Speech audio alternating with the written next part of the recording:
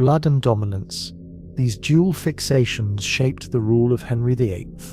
As his bloated frame decayed in the winter of 1547, England's infamous monarch confronted death with the same cold precision that had led him to execute 2 queens and numerous foes. "The lion fades," murmured courtiers in secret, yet his ferocity endured until his last breath. This grim end had its origins decades earlier, when a youthful, athletic prince dazzled Europe with his energy and charisma. How did this Renaissance prodigy become the monstrous ruler wheezing in Whitehall Palace's dim chambers? The explanation extends beyond his notorious marriages, to a cascade of medical disasters that warped his body and psyche beyond recognition. By 1547, Henry scarcely resembled the man who had once competed with Christendom's finest knights. His frame was a battleground of suffering, his legs marred by festering sores so putrid that attendants fought nausea in his presence. Mechanical aids now bore his immense weight, rumoured to approach 400 pounds. His once striking face had swollen grotesquely, his eyes sinking into sallow, jaundiced flesh. The royal doctors had depleted their meagre treatments. Bloodletting, herbs, and prayers failed against the ailments, devouring their king. Modern scholars attribute his condition to type 2 diabetes, gout, and likely osteomyelitis, a bone infection accounting for his relentless leg pain. More alarming was his mental decline. His notorious fury escalated into violent outbursts, punctuated by spells of dazed exhaustion.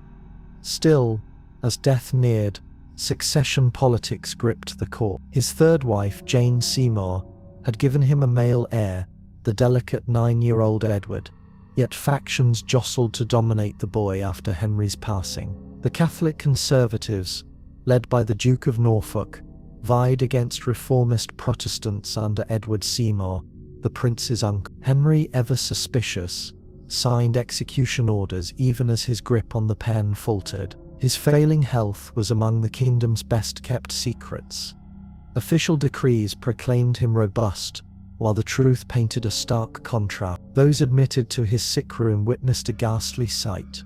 The vast bed shrouded in dark hangings, the stench of rot faintly veiled by incense, and at its heart, the colossal figure of a man who had once embodied England's might. Power seizures or even threats from abroad, Cranmer made certain that only the most necessary attendants were allowed inside, each bound to complete secrecy about the ruler's health. Even Catherine Parr, Henry's 6th and living wife, was kept away during the most crucial moment. As January faded into February, the king slipped between consciousness and unconsciousness.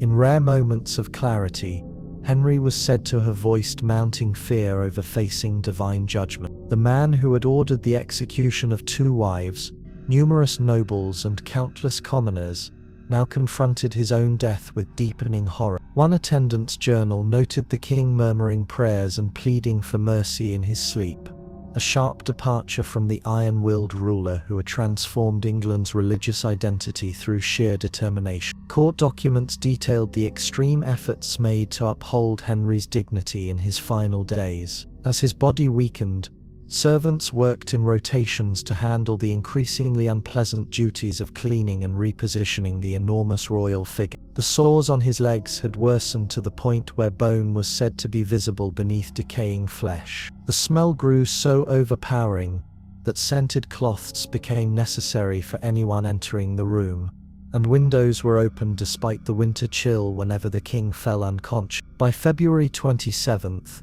even the careful illusion of the king's possible recovery could no longer be upheld among the court.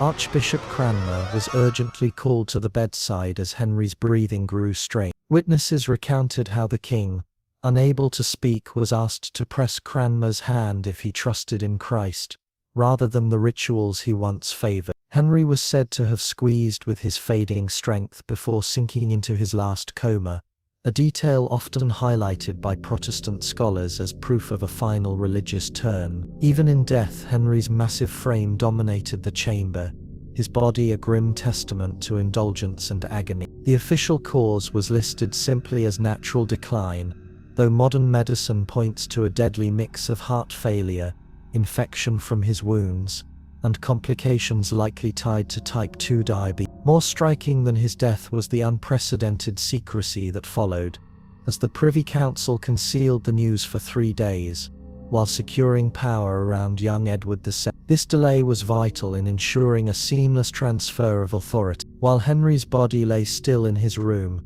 Edward Seymour, Earl of Hertford and the new king's uncle, acted swiftly to seize control. Covert meetings took place, strategic strongholds were secured, and possible rivals Henry was subdued prior to the transfer of authority. His death was publicly declared on January 31st, as London's bells rang to honour the monarch's demise. By then, Edward Seymour had already been appointed Lord Protector and Duke of Somerset, effectively governing England in his young nephew's stead. Handling Henry's remains posed unusual difficulties, shedding light on Tudor burial customs and the king's deteriorating health. Records indicate his body decayed rapidly, likely due to severe infection. Embalmers rushed to treat the corpse, extracting organs and packing cavities with aromatic herbs and preservatives. Even seasoned professionals were taken aback by the condition of his liver and swollen heart. His coffin had to be specially built to fit his immense size, nearly double the width of a typical noble's casket. The weight demanded a reinforced bier and extra pallbearer. During the lying-in state at Whitehall, the lead-lined coffin reportedly cracked from internal gases, spilling fluids in the chapel. Though quickly concealed, witnesses noted dogs lapping at the leakage, a grim final insult for a king fixated on grandeur. The funeral procession to Windsor Castle on February 16th allowed the Tudor regime a final display of Henry's dominance, even in death. Horses draped in black hauled the enormous coffin past crowds of mourners, while effigies portrayed the king in his youthful prime, not the swollen figure he had become. At St. George's Chapel, he was buried beside Jane Seymour, the sole wife who bore him a son and heir, and the only one spared his fading favour by dying in childbirth. The decayed state of his body sharply contrasted the emerging legends of his reign. Artists like Hans Holbein had immortalized Henry as a towering symbol of strength, broad-shouldered, defiant, hands on hips. This crafted image bore little resemblance to the diseased corpse beneath Windsor's stones, yet it defined his legacy for centuries. Henry's will, a 30-page document, detailed his final bid to shape the future. It outlined the succession: first Edward, then Mary, daughter of Catherine of Aragon, and finally Elizabeth, daughter of Anne Boleyn. This orderly plan, though later disrupted, reflected his enduring desire for control. The brief 9-day rule of Lady Jane Grey would come later, just as Henry had decreed. True to his final wishes, the king's influence over England persisted through each of his 3 children, all of whom reigned as Tudor rulers before the line concluded with Elizabeth I passing in 6. More pressing were the structures of authority Henry set up for Edward's youth. He formed a governing council of 16 men meant to rule jointly until Edward turned 18. This measured strategy showed Henry's wariness of any one noble gaining excessive control over his heir. Yet his meticulous preparations were swiftly undone as Edward Seymour outplayed his peers, securing the title of Lord Protector mere days after Henry's death. The rapid disregard for the king's intentions revealed the boundaries of even a monarch's authority. Once his intimidating presence vanished, the medical mysteries of Henry's last days still captivate scholars and doctors. His symptoms have been later interpreted as signs of ailments ranging from syphilis to scurvy, though the strongest case points to type 2 diabetes worsened by chronic bone infection. The royal medical logs show increasingly frantic attempts at healing, from splitting live pigeons to place on his infected sores to experimental mixtures of gold and crushed gemstones. These costly yet futile treatments highlight both the shortcomings of Tudor-era medicine and the extraordinary efforts made for a patient of Henry's rank. Most touching were the personal items uncovered in his chambers after his passing. Alongside the expected symbols of kingship, ornamented daggers, official seals and state letters. Servants found a small secured box holding more private keepsakes. A tiny painting of Jane Seymour, a strand of hair thought to be from his mother, Elizabeth of York, and a child's handwritten prayer book likely belonging to Elizabeth before her mother's death. These intimate traces reveal the person behind the fearsome image, hinting that even as his health and mind declined, Henry clung to familial ties and personal emotion. The king's demise sparked immediate political shifts that would define England's future for years. Catholic traditionalists, who had held sway in Henry's final days, were suddenly marginalized as Edward Seymour imposed a firmly Protestant regent. Archbishop Cranmer, who had given the dying king his last rites, now hastened religious changes Henry had approached more warily. The first English Book of Common Prayer emerged just 2 years after Henry's death, driving England deeper into Protestant beliefs than the king had ever planned. Henry's nuanced stance on faith, having split from Rome while preserving many Catholic traditions, his actions left a mixed heritage that enabled both Protestant and Catholic groups to see him as their champion. Protestant leaders highlighted his defiance of the Pope's power, while Catholics noted his support for transubstantiation and his resistance to Lutheran ideas. This doctrinal uncertainty intensified religious strife during the reigns of his 3 children, as England shifted from extreme Protestant rule under Edward to Catholic revival under Mary, before settling into Elizabeth's compromise. Henry's passing also signaled a pivotal moment in Tudor messaging. Having built his image as England's protector against outside dangers and papal control, officials now had to transfer this legitimacy to a child king. Paintings of young Edward VI mirrored his father's famous pose, showing the boy with the same confident stance and bold look seen in Henry's portraits. Royal rituals stressed continuity, with nobles expected to honor Edward's vacant throne as they had his father. Beyond politics, Henry's death deeply affected everyday life in England. For almost 40 years he had personified royal power, his decisions shaping governance at every level. His absence left both a political and emotional void. Church records from early 1547 show widespread unease, with more accounts of prophetic visions, unusual sky signs, and supposed spirit encounters. To a people deeply influenced by religious meaning, the loss of such a commanding ruler carried hints of an impending reckoning. Abroad, responses to Henry's death revealed England's complicated standing in Europe. The French envoy noted that King Francis II sincerely grieved for his English brother,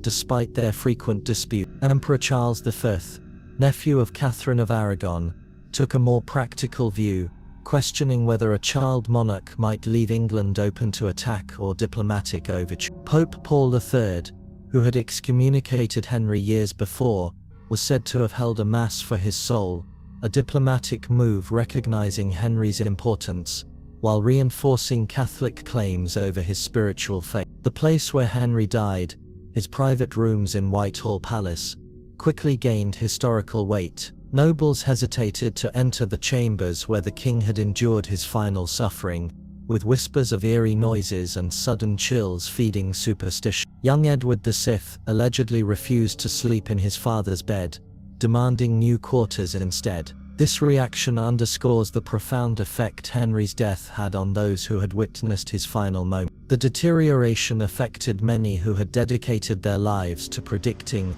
and meeting his erratic needs. Henry's health condition stands as one of the most thoroughly recorded royal deaths in history, offering significant understanding of medical approaches during the Tudor period. His doctors maintained meticulous accounts of the treatments given in his last months, documents that endured because they were kept as proof that every effort had been made to preserve the monarch. These records show a blend of traditional Galenic remedies and new Renaissance methods: heated cupping to extract harmful humors, plant-based medicines from ancient texts, and even early versions of water therapy. The inability of these techniques to ease his suffering highlights the challenges faced by even the most skilled physicians of the time. Henry's fixation on his legacy included precise directions for his burial site, an enormous memorial meant to surpass all other royal tombs in England. He ordered intricate designs with 40 bronze statues at human scale, and a towering centerpiece crowned by a statue of himself on horseback.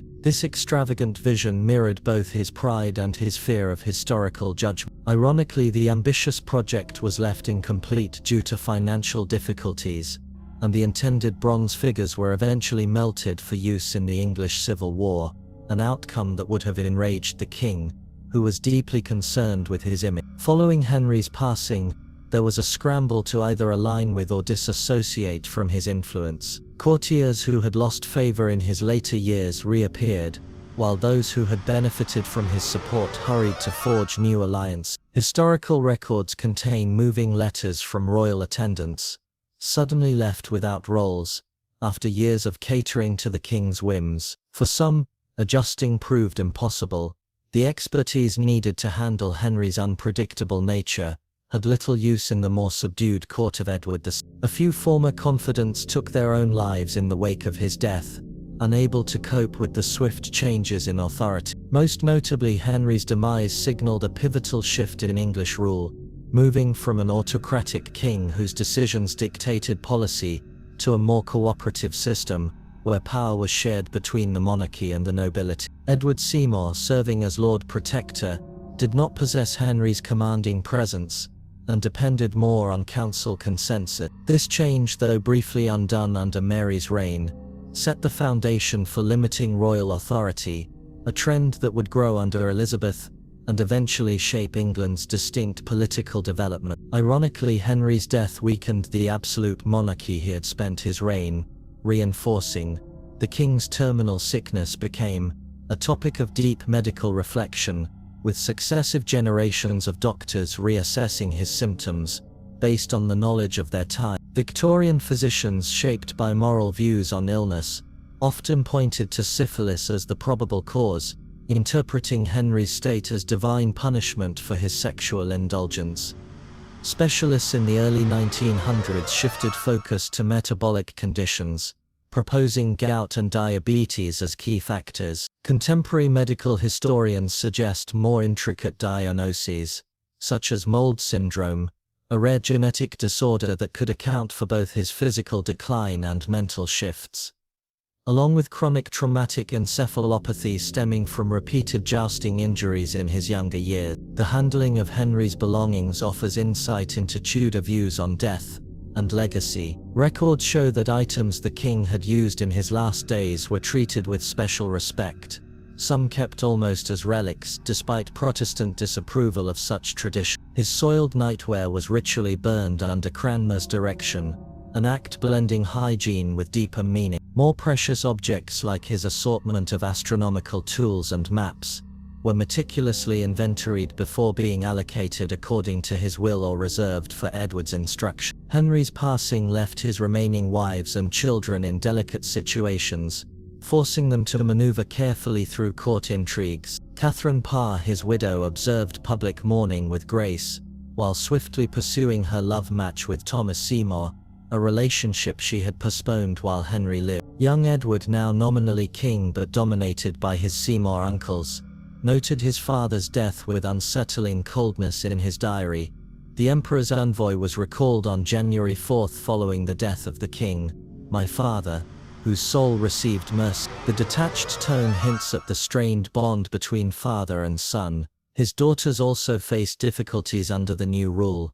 Mary, at 31, clung to her Catholic faith, growing increasingly isolated as Edward pushed Protestant reform. Elizabeth, only 13, had to tread carefully at court, her status weakened by her mother's execution and doubts about her legitimacy. Both would eventually inherit the throne Henry had pledged to them, but not without peril.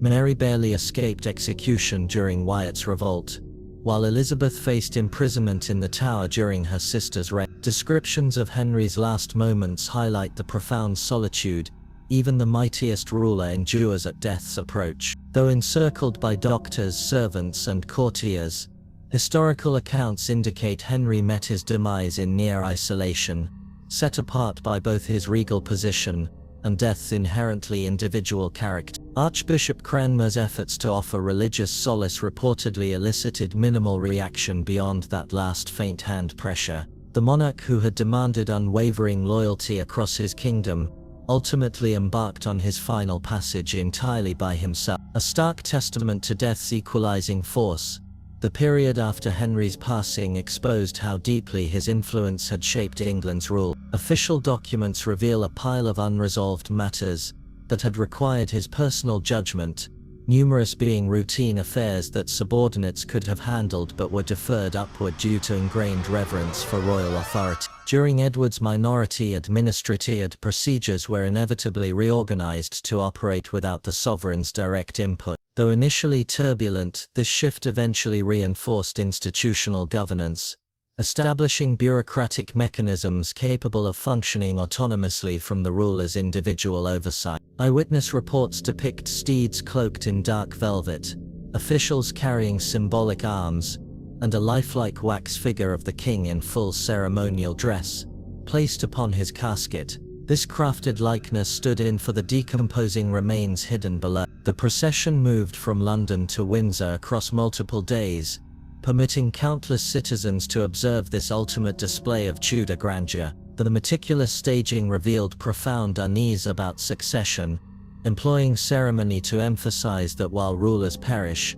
the crown persists. Royal physicians who couldn't preserve the king encountered precarious situations afterward. Medical archives indicate some swiftly obtained roles with other aristocrats, while others suffered professional exclusion due to their connection to Henry's failed care. Dr. Thomas Wendy, who had shown the fortitude to tell Henry of his approaching death when others hesitated, leveraged this act of bravery into ongoing court employment under Edward II. The king's pharmacists underwent especially close inspection, with lists of remedies provided during Henry's terminal illness scrutinized for potential neglect or even intentional acceleration of death. Scientific analysis of Henry's remains during 19th century tomb renovations yielded intriguing clues about his physical state at life's end. Laborers described discovering a massive skeleton matching Henry's documented height, showing signs of acute joint degeneration, particularly in the lower limbs.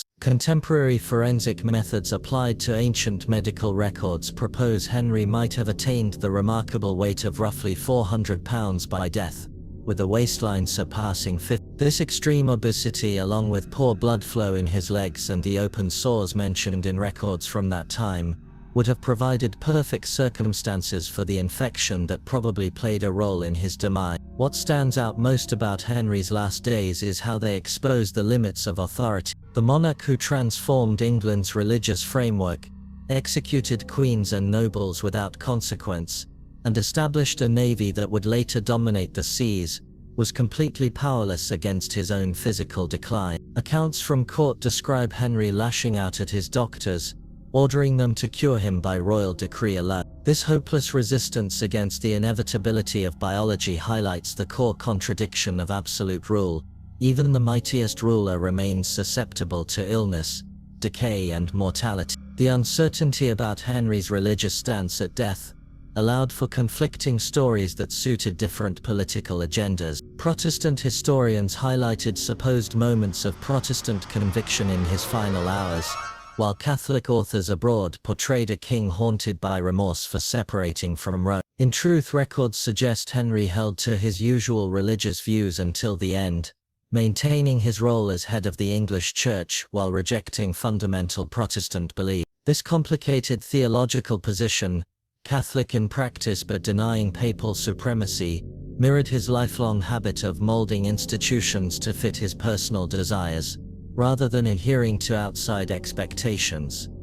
The financial impact of Henry's death reached well beyond the royal court. Treasury documents reveal the new Regency government inherited an empty treasury and weakened currency, consequences of Henry's costly wars and extravagant spending. Some calculations suggest he spent what would now equal 200 million on palaces during his rule alone. This fiscal disaster pushed Edward Seymour to continue Henry's divisive practice of selling monastery lands, hastening one of England's greatest shifts in property ownership. The economic effects of Henry's excesses fueled inflation and public discontent throughout his children's reign. Henry's physical deterioration became a powerful symbol for those at the time, many of whom saw the king's body as representing the country itself. Just as medieval political thought had depicted the ruler as the head of the societal body, Tudor commentators interpreted Henry's rotting limbs as signs of broader decay in the kingdom. Sermons from 1547 reveal clergy drawing direct comparisons between the king's diseased legs and perceived moral decline in English life. This symbolic interpretation gained political value during Edward's rule, as reformers claimed that just as Henry's body had needed drastic treatment, so too did England's religious customs require change.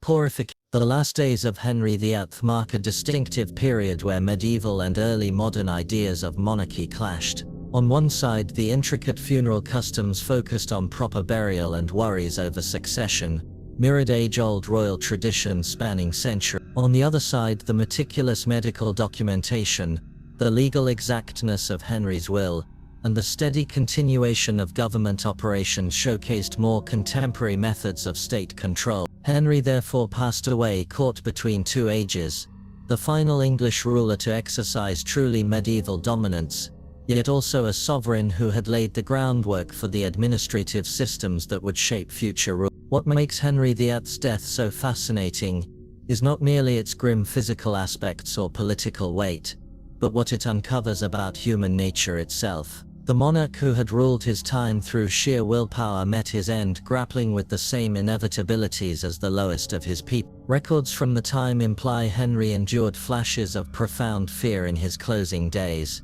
standing before judgment not as a king but merely as a mortal. As the Archbishop of Canterbury allegedly reminded him while giving final blessings, "You are soon to stand where titles hold no value and no earthly might provides shelter." In that ultimate human fragility, perhaps England's most notorious ruler found a bond with his subjects that had escaped him his entire